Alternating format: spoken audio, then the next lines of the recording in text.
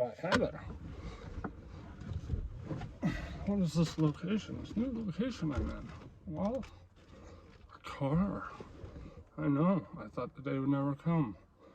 But I mean, I worked hard, fucking saved some ups, and made an investment. And I'm happy I did because driving around, I'd say one of the only two things, along with spending time with my kitten, the lovely but dangerous little Cisco.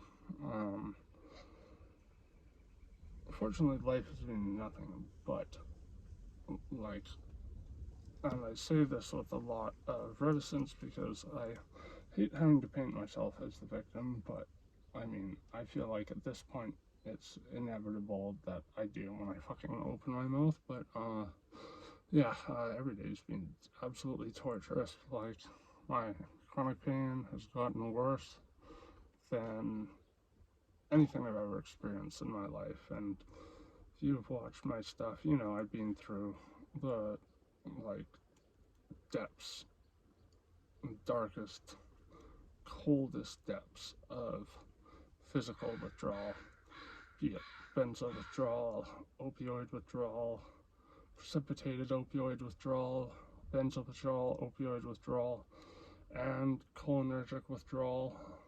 You know, not fun stuff, but when you feel like that without an explanation, other than you have, insert a very nebulous pain diagnosis, it's pretty disconcerting. But I've been doing a lot of research, a lot of stuff that has led me to conclude, after perusing many academic papers, and really thinking about what they have to say and the consistencies in many of them, either from NCBI or from WebMD or PubMed. With my diagnoses, and I think this is fairly accurate, since my diagnoses are predominantly based around central nervous system sensitivity, neuralgic nerve pain, severe neuralgic nerve pain, as well as other broad reaching or broad general sweeping diagnoses like CRSPD and generalized pain disorder, of the chronic variety. And like, I can feel my system is starting to pretty much shut down. My organs are not working very well, and mind you, I'm not doing drugs like I was. I pretty much just take I don't even smoke weed. I actually quit smoking cigarettes up until a couple of days ago for a better part of a month, and but being the nicotine fiend that I am, I was not, doing cold turkey or the patch or the gum, any of that shit. I took snus, which, as I've said in prior videos, I believe is, out of all the things that people turn to as a means of, essentially supplementing the cigarette-shaped hole in their life, because cold turkey is just a good way to go fucking mad and like watching Sunday morning cartoons in your head while throwing a fucking hissy fit type madness, and then just mad from nicotine withdrawal, even though it's more psychological than physical. But I I use snus, but because my system is so fucking off kilter these days, like my whole mouth did the, like, because especially when you use white portions of snus, which is, what I preferred to use because there's like no tobacco or anything, and I'm not going to quit cigarettes just so I can put a tobacco pouch in my fucking lip. So, I prefer the white portions, which, are damn near impossible to get in Canada. You're not supposed to legally be getting them, but, wink, wink, nudge, nudge, I can make it happen. But, like, anyone who's done snus before, especially white pouches, which essentially just means nicotine salt, straight nicotine salt in a pouch, sometimes with a little bit of flavoring or whatever, can attest to the fact that it burns the ever-living fuck out of your gum for the first at least few days, and oftentimes it'll even cause your gums to blister up a bit, and then it'll heal and your gums will recede a little bit, and you'll develop kind of calluses, and then it doesn't burn anymore. I mean, it sounds terrifying when I describe it, but it's been, for the most part, not an issue. But then it became an issue when my body just stopped being able to handle things. Like, I really shouldn't even be drinking this because, I can't even eat like small amounts of sugar without sores breaking out all over the inside of my mouth. But yeah, and in any case, you want an update? That's where things are. I got my license, obviously. I'm looking to get a job that is, pun intended, I guess, geared around driving or biking or something like that. Preferably driving, because I like that I get to maintain my own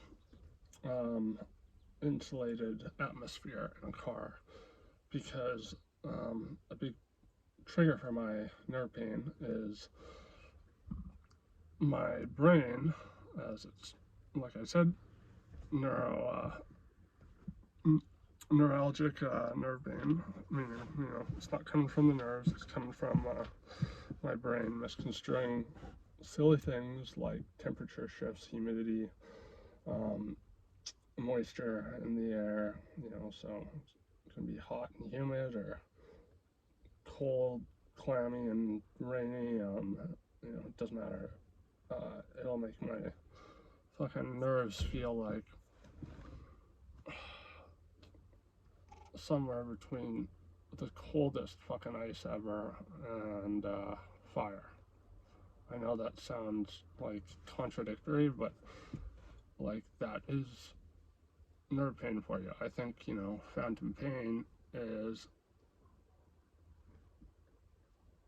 two very effective words put together that describe nerve pain quite well. Even though the diagnosis of phantom pain has to do with losing a limb, which I didn't like literally do, but the CRSPD part comes from my arm never healing despite doing physio exercises, all that shit.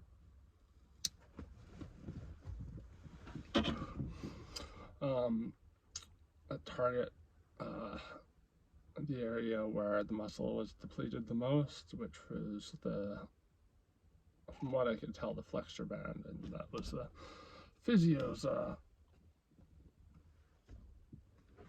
takeaway as well. And brachial fractures are supposed to heal within 3 years, kind of max.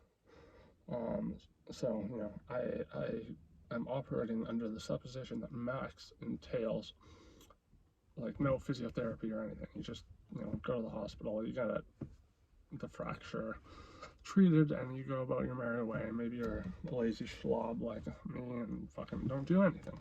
I'm a lazy slob, but I mean, I did do physio though, and it heals, but I still mostly have no sensation in this hand. It's still extremely sensitive to cold and heat in terms of getting burned or, either frostbite if it's really, really cold, or like blistering burns from like really moderate heat, like picking up a cup of tea or coffee, even if the handle's just too hot, and every now and then it seems like my brain, like, it's trying to communicate with someone at the bottom of a mine shaft, just going, "Is anybody down there?" And then my hands go, "Yes! Help me! Help me! I'm alive! I'm alive!" Well, that's the best descriptor I can come up with, but, as, life hasn't been exactly fun these days. I almost got 2 jobs, but the bottoms fell out on both those fucking jobs.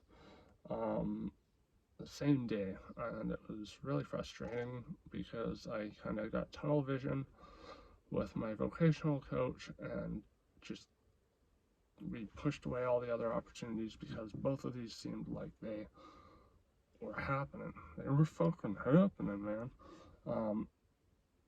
But just as a way of keeping my brain from turning to mush, and if it's not there already, and keeping myself occupied, and keeping my beliefs or whatever in check. I try not to be an ideological thinker, but I think it would be disingenuous to say that I don't have a partisanship towards any ideologies.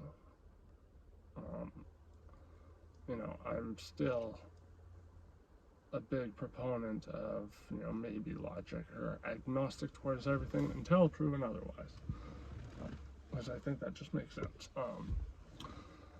And I've been working on this kind of idea of what I call umbrella logic, and it's basically the gist, and this is me trying to encapsulate this rather complex idea as simply as possible. Maybe it's not even complex, just convoluted. It's something I'm hashing out. But so far, I call it umbrella logic because I like to kind of picture an axis, and it's for every idea, every logical processes, anything like that. I find the results often fall on a spectrum, and then I have a through line that goes top to bottom, and just picture that umbrella spectrum. Typically the spectrum is good, bad. Well, actually, it usually tends to be the reverse, but for this purpose, it doesn't really matter. And then, that spectrum is a logical spectrum. So, leaving feelings aside. And then that through line is the kind of ethical through line to the logic that's there. I'm illustrating as simple of a version of this for you as I possibly can, because I'm more so, this fits under the umbrella term of umbrella logic. I partially chose that term because I knew there's going to be more complicated than just a spectrum, because things mostly are more complicated than just spectrum. And I think as human beings, we should be able to define things if we're ever asked to define them. And we should be able to follow logical sequences to the very end. And I think by challenging ourselves to do these things, which, is a hell of a lot easier said than done, it, at the very least, will keep our cognition continuously, can't fucking talk today for some reason, continuously functioning, because our cognition, like a muscle, needs to be worked on, and for the good of humanity, we need to be able to suss out each other's bullshit and our own bullshit, and to try and make use of the limited time we have before, global boiling or whatever comes along and at the very least causes a societal collapse and ruins the fucking chances we had over all these years to fucking better the situation for life and us on the planet. The reason I say life and us, I frankly just kind of see humans, not individually, but as a whole, this includes me, as parasitic creatures feeding off of a host,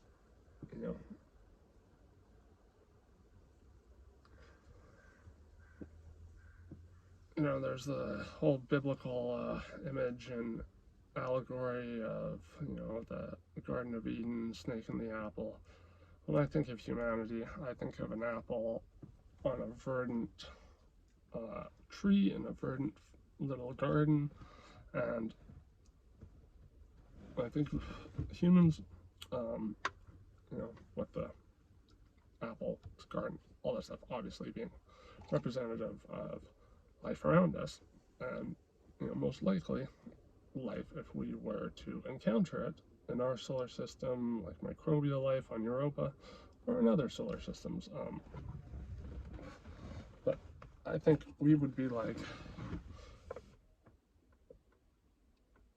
aphids, or, well, I guess aphids eat the leaves, which still would affect the yield of an apple tree, I would imagine. But, for the sake of this visual image, I'm kind of picturing maggots, burrowing in and seeding their larvae to this bountiful apple, and it's withering away and becoming more and more ugly over time as it's essentially, raped and pillaged. Not that I'm, suggesting that life below us, everything else on the food chain, is like, entirely innocent, because nature is fucking, like, it's chaos personified. It is, real hostile if you are just, an animal with, mammal level sentience or what have you, out in the great outdoors. But anyways, I digress. Kind of, I guess, because I'm just making the point that I think if we do not get things shipshape like fucking last century, we're fucking every living being we know of in the universe. Like, you can say, well, fucking, there's aliens, there's disclosure. I'm sorry, I don't really buy that. I think the whole UFO phenomenon has been interceded on by, the CIA, intelligence agencies. In Canada, we have CSIS, that sort of thing. And it's a way of getting people to look away from just stuff that we're doing, that, you know, certain you know, systematic complexes around the world, the military industrial variety or what have you, are working on and want to keep very, very secret. I mean, I think Area 51 is like the perfect example of, what was most likely a big fucking nothing burger, and they were doing like they're working on some serious hardware, particularly the U-2 and other stealth bombers like that, during the height of the Cold War, and they didn't want people to pay attention to that, so they just said, oh yeah, sure, aliens here, yeah, okay, yeah, don't tell anyone I told you though, sort of thing. And then, of course, a bunch of people like Bob Lazar fucking jumped on that bandwagon, other scammers who want to make a fucking buck. I think the only good faith person in that was Philip Corso, but I think he was probably misled by his superiors. He was the guy who, I believe, was holding the so-called weather balloon in that newspaper picture. But yeah, I bring all these things up because I want to give examples of why, like, what we ordinarily regard as linear logic, it's just not really trustworthy because it doesn't take into account stuff like feelings and morality and all that. Because logic on its own is very cold and calculated. Now, going back to the umbrella, and just keep this simple, let's say you got your logical, good, bad, in the most practical sense, is this, like, think of ExxonMobil fucking, pouring oil, because of an accident from a tanker in the sea, or, some tankers being transported in the sea. And I go, okay, well, this was, sure, it was bad for all the marine life. It was bad for the people who lived along the oceans where that slick lurched its way onto the land, like the fucking black goo in the X-Files or whatever. But hey, you know what?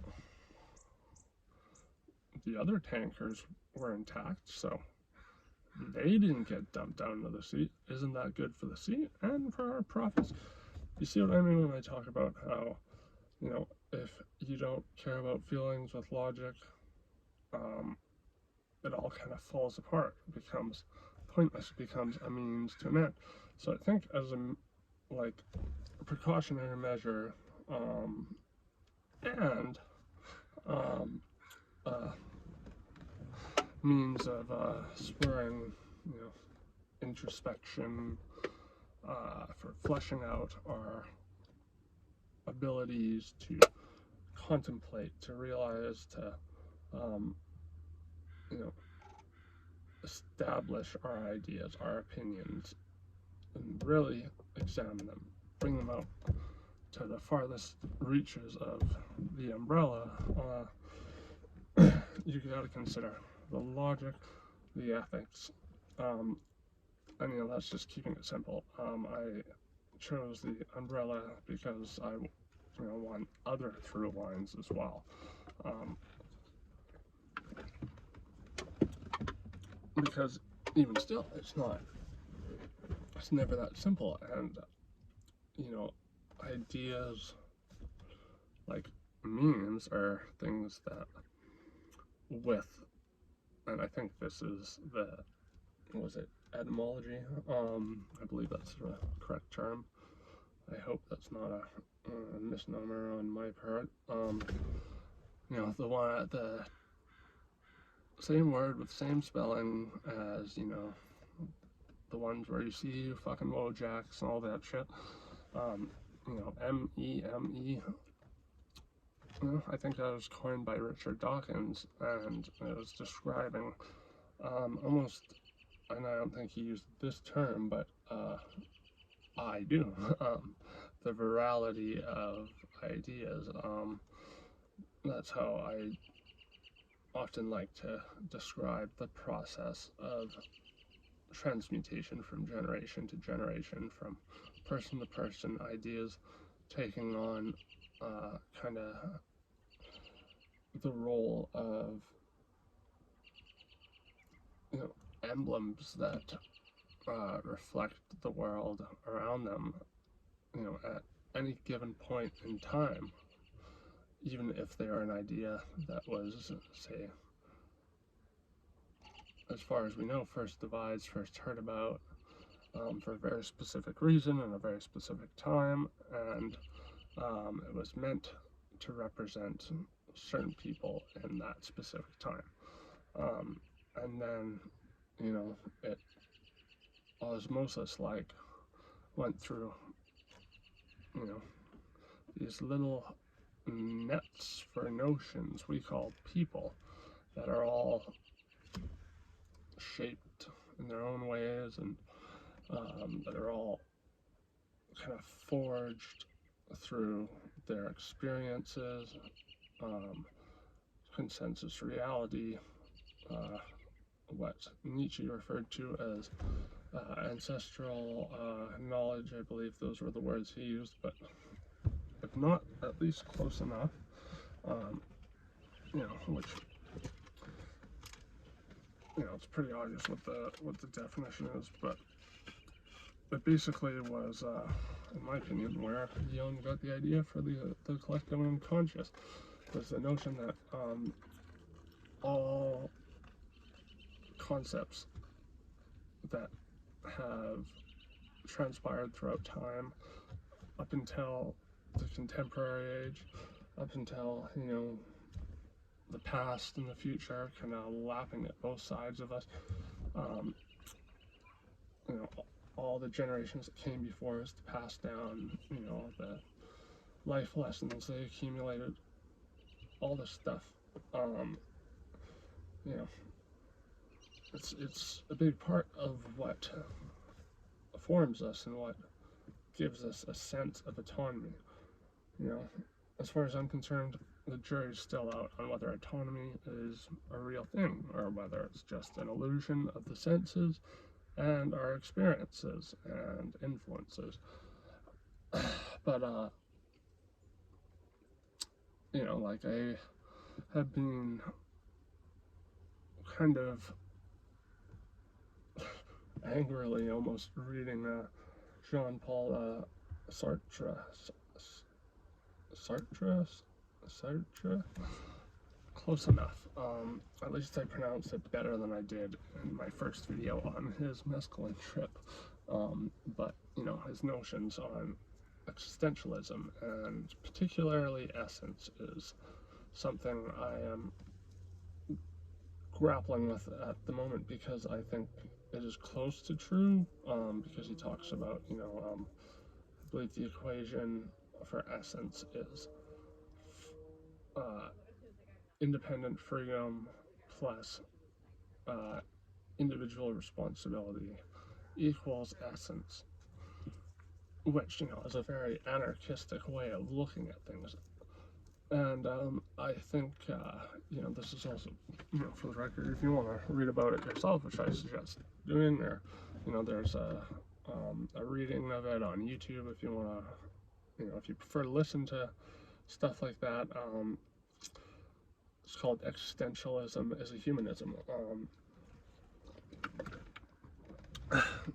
And, I mean, again, I'm not fully on board with a lot of it, but I do find it interesting. Nonetheless. I like reading stuff like that, which, isn't philosophically on par with my own beliefs, but um, is informed enough, even though I think a lot of the stuff the French Enlightenment did is kind of silly-ish and kind of devious sometimes, kind of, made them look like wannabes a little bit. Foucault and Sartre defending pedophilia when they were starting to become less and less relevant in a obviously desperate bid to keep themselves in the public eye, I think was, about as low as you go. And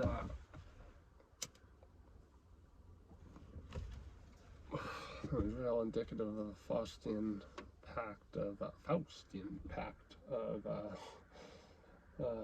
trying to maintain fame, notoriety, anyway. But yeah, I mean, our essence is obviously so heavily reliant on, and by essence, what I mean is, and I think this is what Sartre meant. It's, the proverbial essence of our being. It's who we are, it's what characterizes us, it's what has defined us, what is defining us, what will define us. And I think it's like the way he talked about it, and existentialism is a humanism, made it sound like, your behavior dictates essence, but after a little while, essence is unchanging. It's like almost like it's locked into place, and I don't see that as true. Our body, our brains, they don't.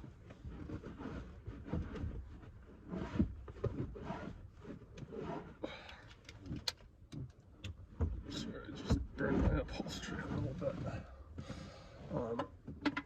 Where was I? Yeah, I don't think our essence is burned into us unchangingly after a certain point. Yeah, like after the age of 26 is,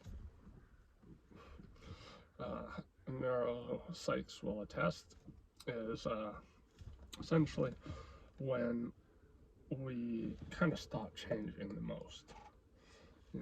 Neurogenesis slows almost to a complete halt. But yeah, I just think like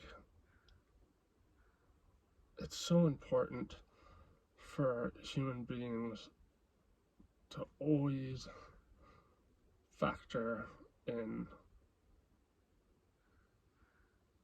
whatever percentage of chance. We never really know, especially when it comes to us being wrong. We're not the best. This includes me. We're not the best advocates for ourselves when it comes to identifying where we're wrong. If you disagree with me, I don't know, maybe you got some sort of antisocial personality disorder.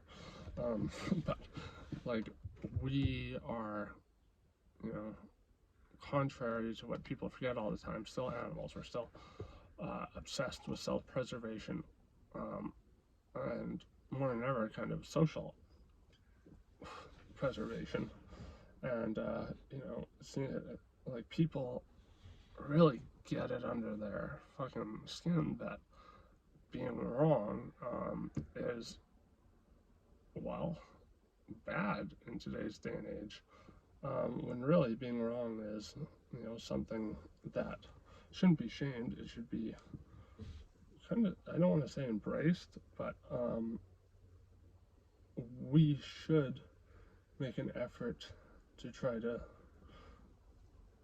find where the holes are in our own, quests for meaning or what have you. And, you know, as far as I'm concerned, the jury's out on whether real meaning truly exists. Real, like Alan Watts, get the message, hang up the phone sort of meaning. And I'm not talking about psychedelics necessarily like he was with that quote. Meaning can come from lots of different things. That doesn't mean it's going to last forever once you reach samadhi or what have you. You know, Aleister Crowley reached nirvana, samadhi, all these things, you know, multiple times, and he still died in a boarding house as a heroin addict.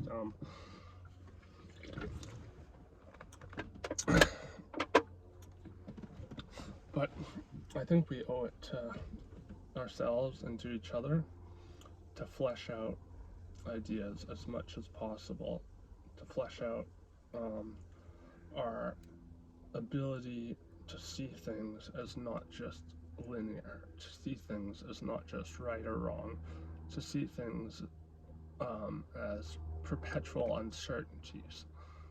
But the problem with that last part especially is that people get very fucking uncomfortable when, you know, they start to accept that there's always a little bit of room for denial about anything. You know, like, it's all like, maybe the universe was made last Thursday and all our memories have been uploaded into our brain. We don't know. Maybe our brain, you know, Boltzmann brain or whatever, is floating in a jar somewhere in the universe and we're the only one experiencing it. You know, we know the pyramids are real, even though we've never been there. You know, the sort of philosophical exercises are what I'm talking about.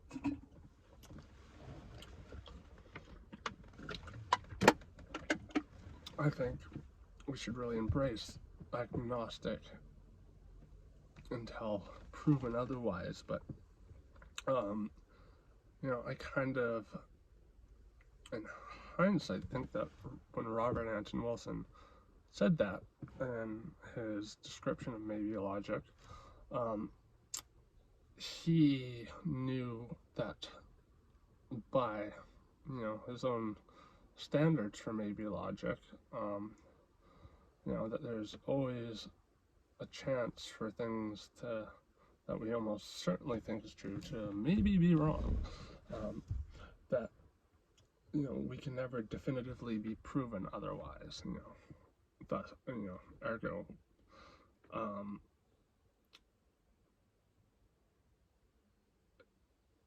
if something is proven otherwise, you know, regardless of how striking, you know, such a revelation can be, like, even if it's something on like a religious scale that is transformative, that completely does a facelift to how we conduct ourselves, how we think, how we see, how we feel, how we experience things, you know, even something like that, we should always consider that we could be fucking wrong.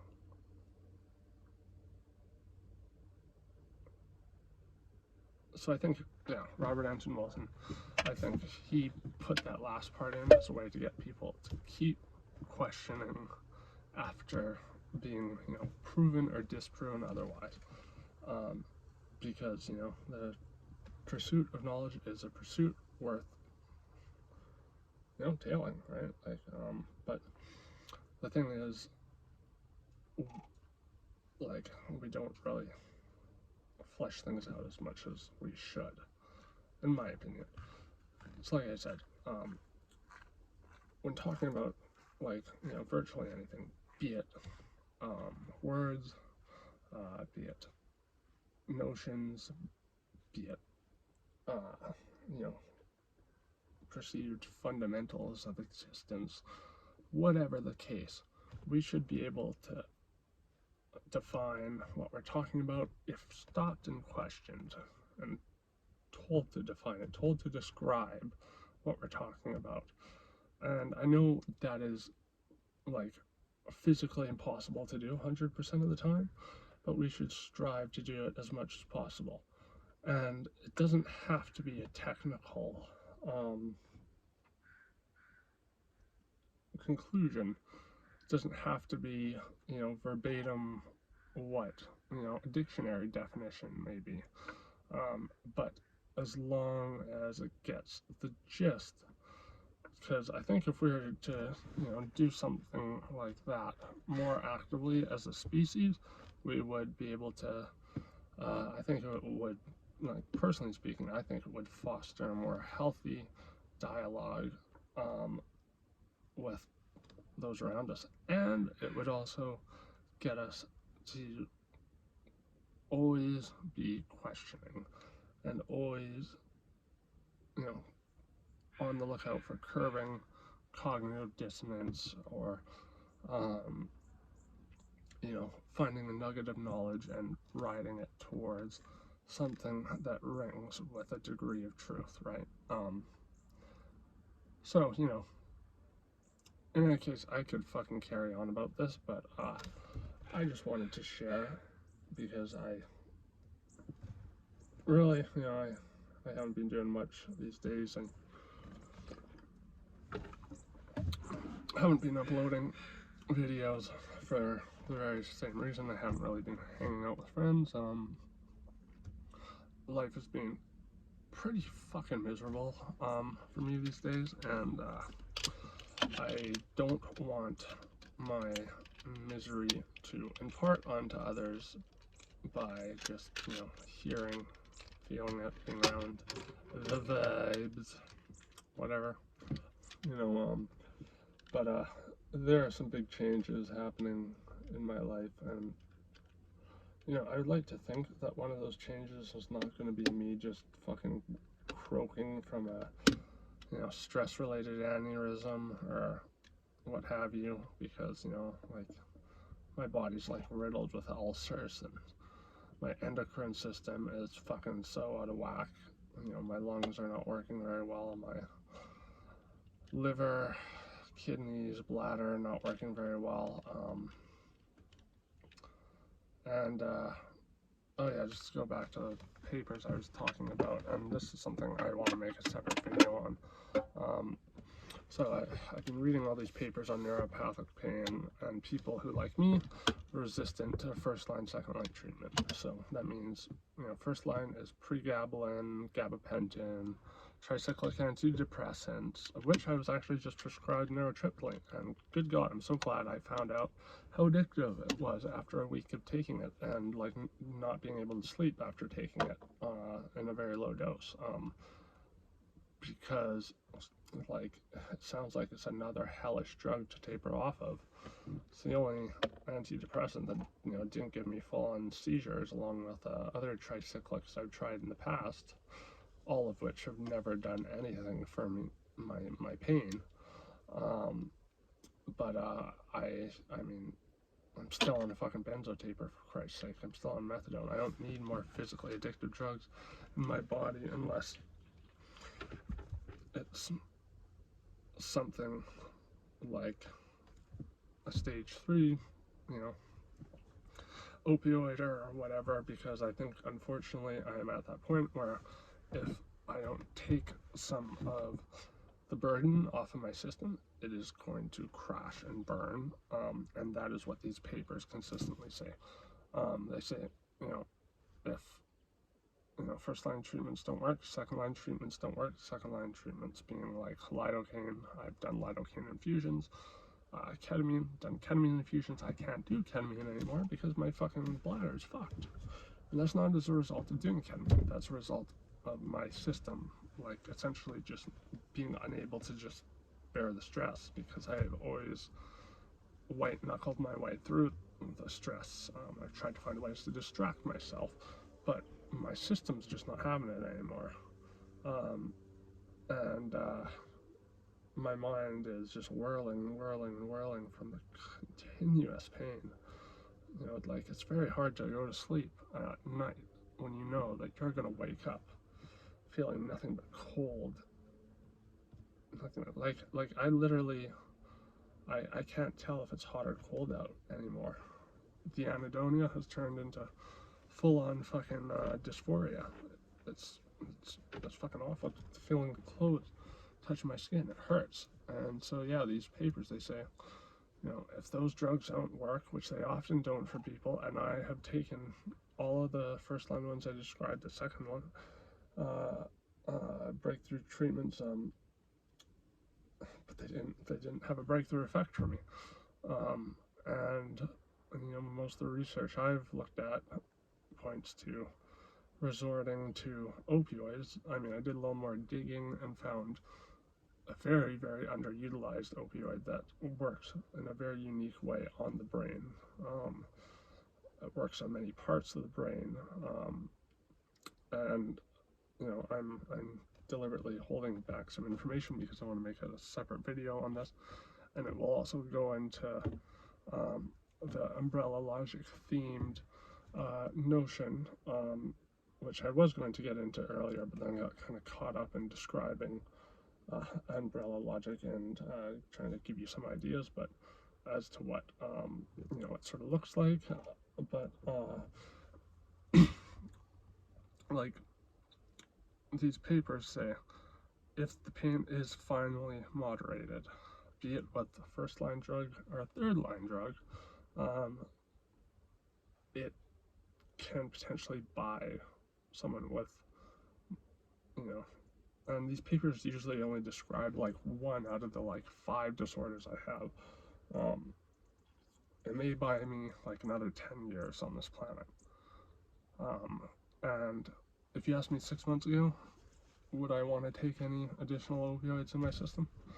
No, hell no. Like when I was in the fucking hospital for this, my arm, for the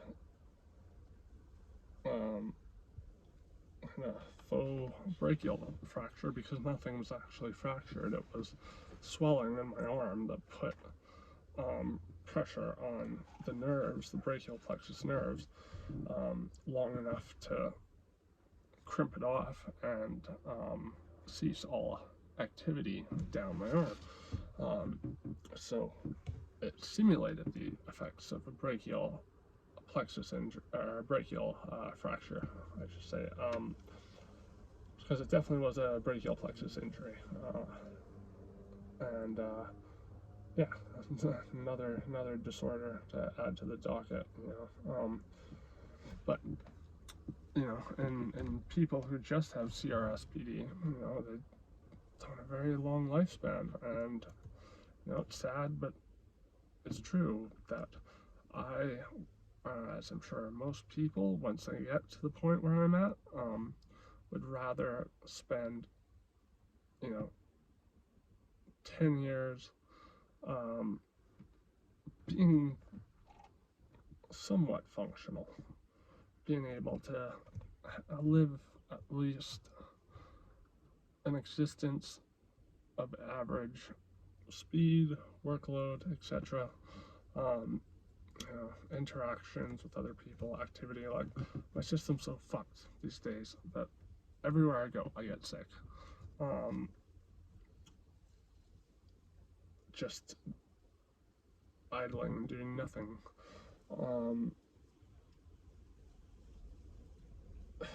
There's let me put it this way, there's no respite from the pain. I can take hundreds of milligrams of THC, and as I said, I take fucking edibles, so, you know, that's pretty fucking strong dose of fucking edibles, with, you know, usually like a quarter of that of THC, and, even though I'm like spacing out entirely, the pain is still there. It's not gone. It's not gone. Actually, funnily enough, cannabis sativa is stage 2 breakthrough drug, which, yeah, I smoke plenty of sativa, but I always still feel the pain. THC, CBD, combos, you know, sativa, of course, just THC, but I prefer CBD and THC to just straight THC. Personally, back when I used to smoke it, I liked sativas during the day, and I like indicas at night. But you know, my lungs can't handle me smoking fucking tobacco and weed anymore. It just can't. Yeah, can barely handle me smoking fucking anything. And I'm just having, you know, these fucking cigarillos. I mean, you see me, I'm not fucking inhaling. Yeah, I mean, long and short, I guess, is I would rather, you know, live out the rest of my life on, you know, an opioid, which, you know, another crutch, but hey, I'm already on methadone. I've been on opioids since I was 16 via prescription, so it's not really that much different. And the drug that, you know, I'm not going to mention here because I want people to watch the next video I do on this topic, I think, you know, this since it's got a very similar profile to methadone, and not just its potency, but its affinity for, you know, kappa opioid receptors, stuff like that. I could finally be taking an opioid maybe within the context of like just pain treatment, as opposed to trying to treat an addiction that, you know, isn't really there anymore. Well, hey, I mean, if it's not treated, it probably will come back pretty soon. In which case, methadone is not gonna fucking help. It's not. But yeah, oh fuck, I need to clear a space so these folks can park. Do you need to park? Do you need a parking spot? No, we're just turning around. Okay, just checking.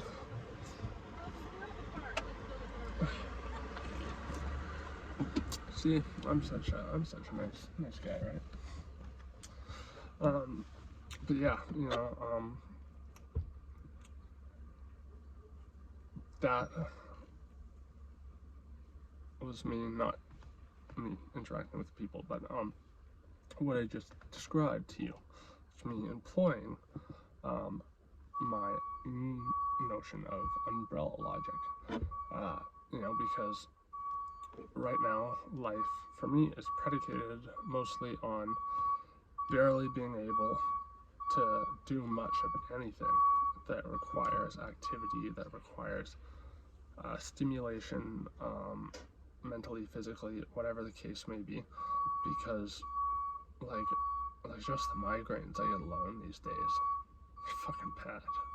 They're like cluster headache level migraines, like me having to wear sunglasses from 3 in the afternoon to fucking 11 in the evening because I just can't look at lights.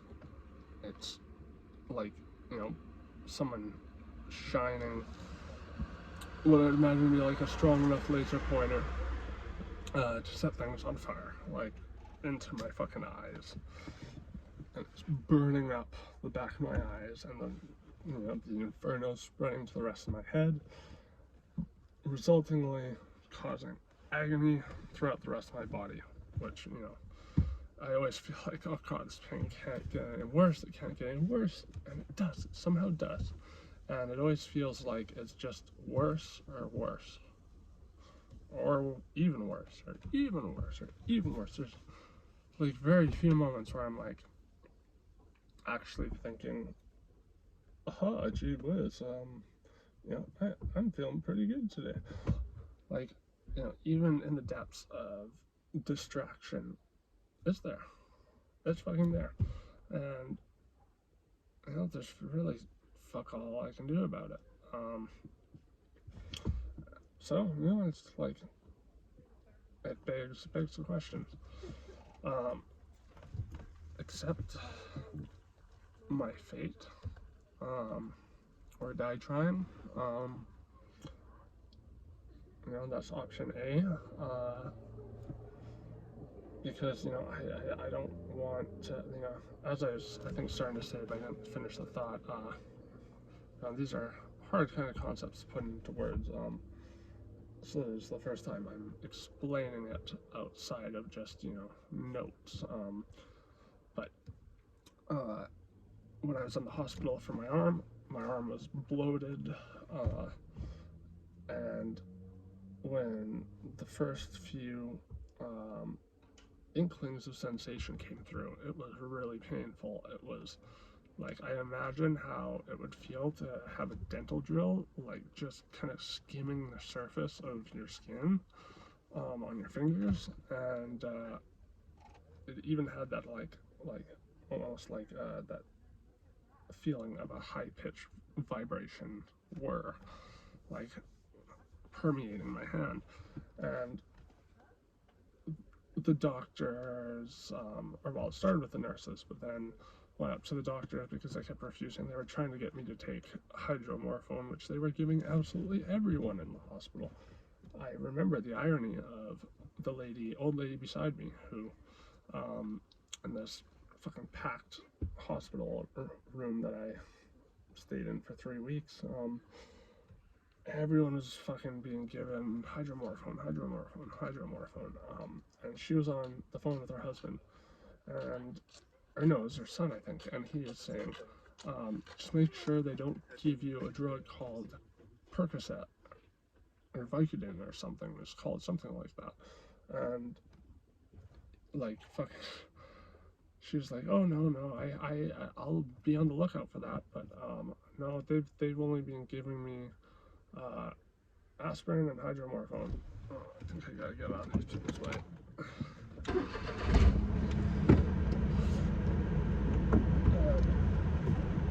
As some of you will know, hydromorphone is insanely fucking addictive. It's a morphine derivative that is very, very similar to morphine, but without the gnarly side effects of it. I'm about to leave, so and I don't want to get a ticket for distracted driving, so I'm going to say goodbye now. Yeah, that's all I want to say. A couple people made requests to have an update.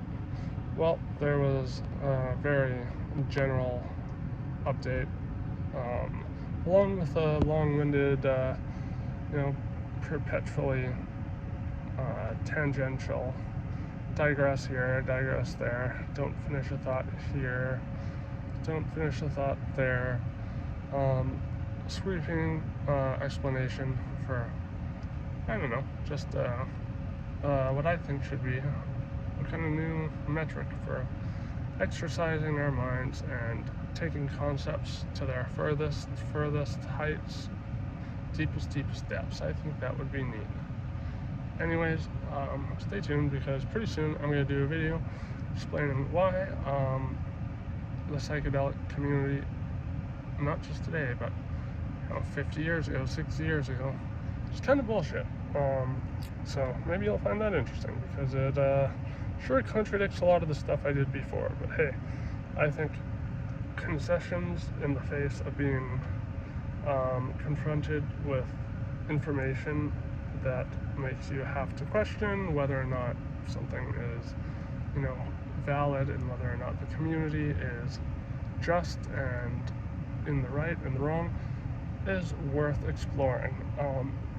And it seems like, even though maybe a few people, my previous videos have had influences on them, I don't want to, I can't, because believe it or not, I have a conscience that tortures me. I'm not saying that I'm a superhero, I'm not saying that, but I feel immensely bad when, say, metaphorically speaking, I take a right when I should. Can I get you to move forward? Oh yeah, for sure. Yeah, of course. Thank you.